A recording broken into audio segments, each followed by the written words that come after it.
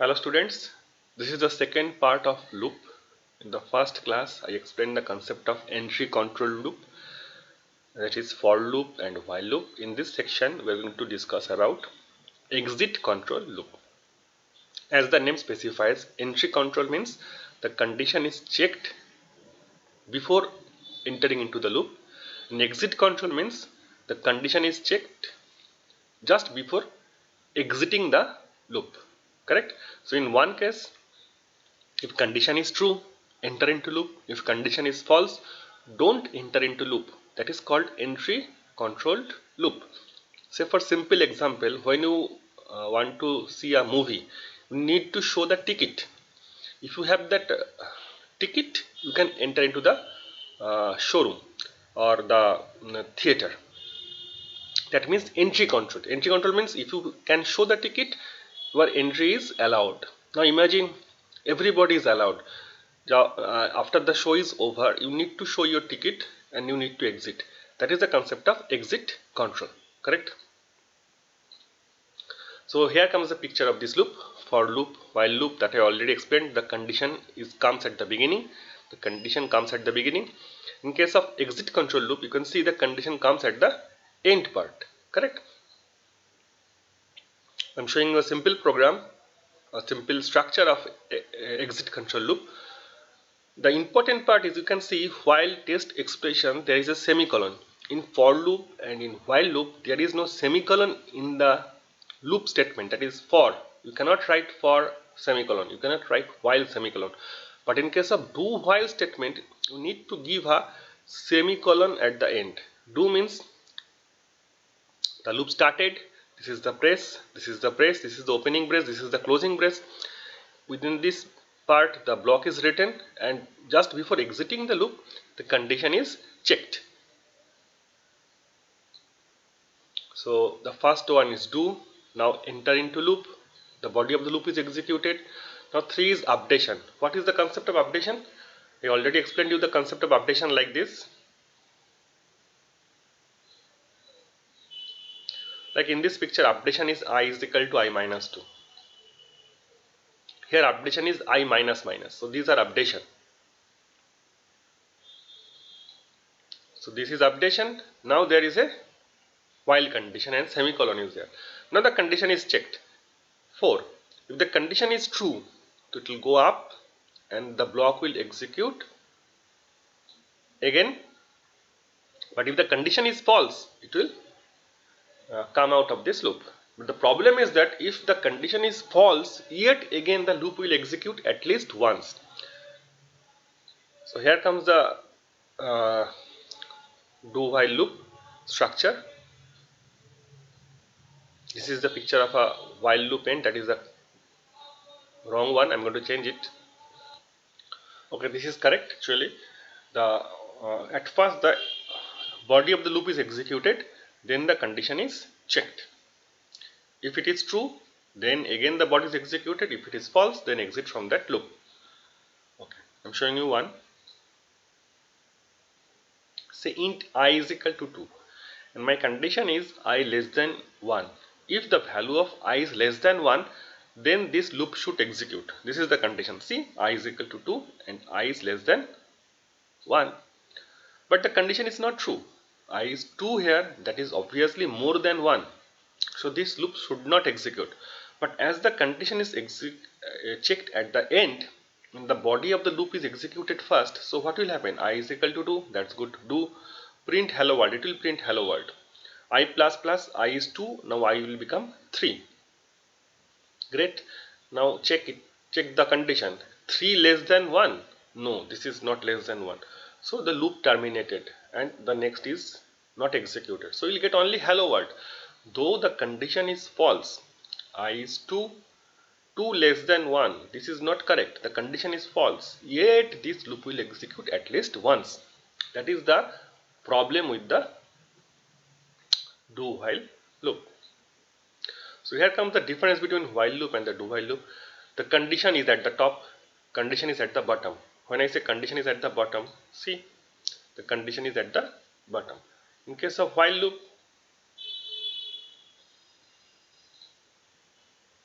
the condition is at the top. The condition is checked first. This is while loop. But in do while loop, the condition is checked at the bottom. Okay. There is no semicolon at the end of while. The semicolon is compulsory at the end of do while. See, here comes the semicolon. You can see the semicolon here. But there is no semicolon in the while loop. If you give a semicolon here, it will become an infinite loop. Okay, the example is given here. The condition is checked first and then the body is executed. In this case, the condition is checked at the end and the body is executed. This loop is referred to as entry control loop and this one is called as exit control loop. So the difference is given. You can read it from here. Now what about infinite loop? In my last class I have already shown you some infinite loop concept. Here is some clear example of this, like for colon, semicolon, semicolon. It has no initial condition, it has no condition, and it has no increment or decrement, updation. So this is the infinite loop because this loop does not know where to stop. It will execute and execute and execute because the stop condition or the exit condition from this loop is not mentioned here. While I is equal to 0, I not is equal to 0, this is a wrong statement here. I have given it intentionally wrong. Can you modify that statement so that this loop execute infinite times? Another one example of while loop is while true. If you give the condition true, if it is always true, this will execute always. So this condition, I am saying this condition, the second one, this condition is wrong. The code that I have written is wrong. Can you modify that code so that this loop execute infinite times?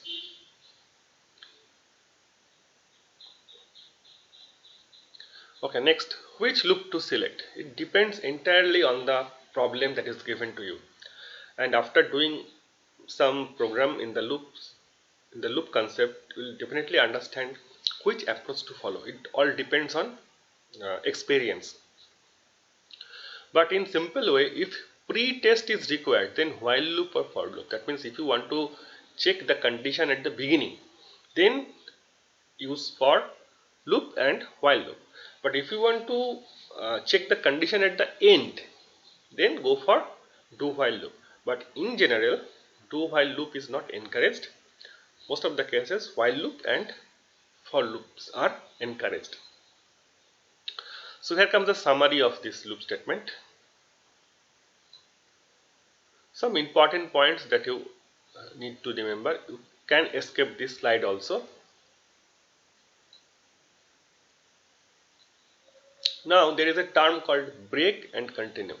This break and continue are two keywords that is used in case of you used break with switch. Can you remember switch case? Okay, that's good. And continue is popular, is heavily used in loop concept. Okay, I'm showing you.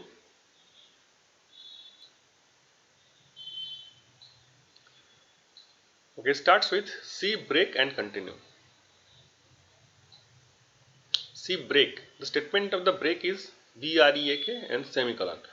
So when a break is encountered, the loop exit. The loop exit. Or I can say it will jump to the next part of the loop. When the break is encountered, it will jump into the next part of the loop. Okay, I'm showing you one.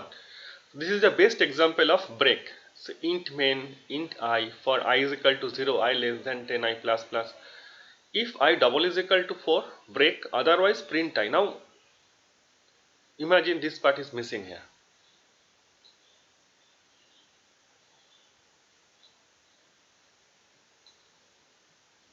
Suppose this part is not here.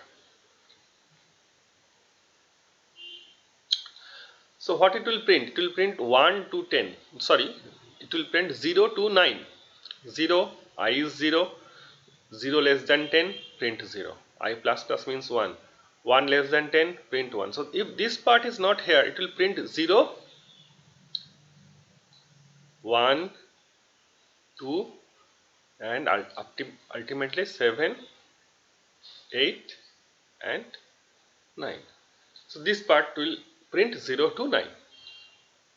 Now what is happening just adding this part? If I double is equal to 4. So first it will print 0, no problem. Next it will print 1, next 2, next it will 3. Ultimately the value of I will be 4. When I is 4, this condition is satisfied and this break is hit. So when the break is hit, it says that from here just come out of this loop statement and it will print only 0 to 3. This is the concept. So break means exit from the loop. Now what is the boundary of the loop? The boundary of the loop is from this part to this part. This is the boundary of the loop, and when it encounters I double is equal to 4, it just come out of this boundary, coming out of this boundary.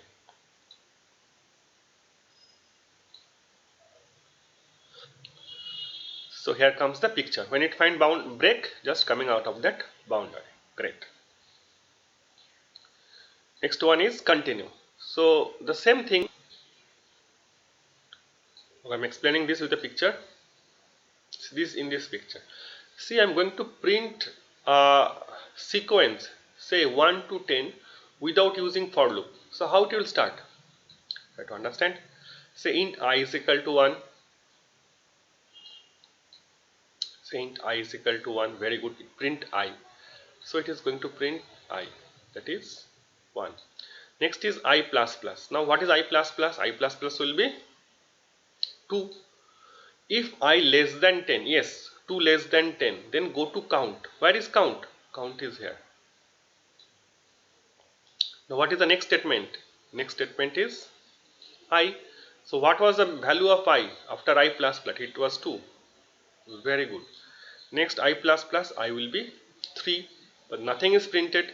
Now 3 less than equal to 10. Yes, then go to count. Go to count. After which statement is executed? This. So this will be 3.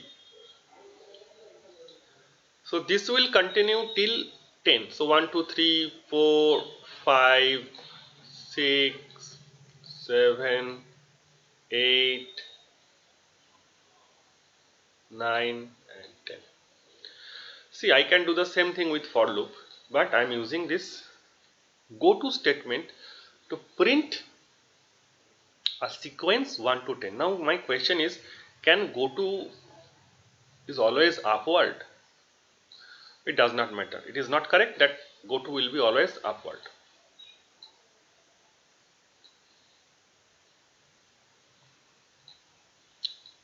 So here comes the output.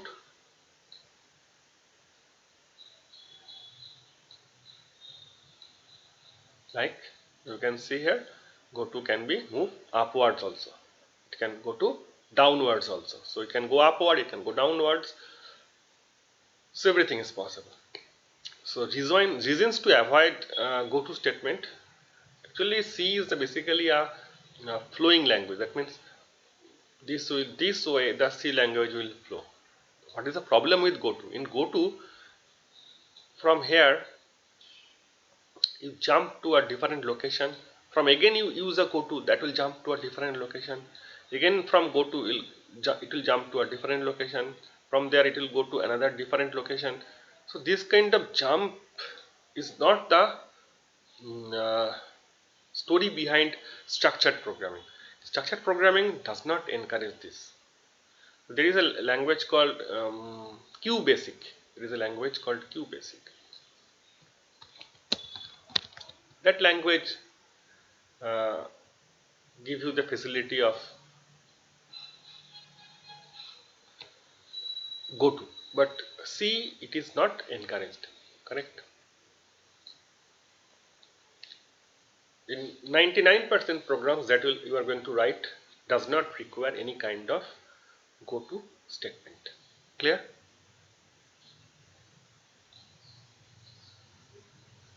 Okay. So what we learned in last class, we learned for loop, we learned while loop. In this class we learned do while loop and some part of break, continue and go to. Thank you.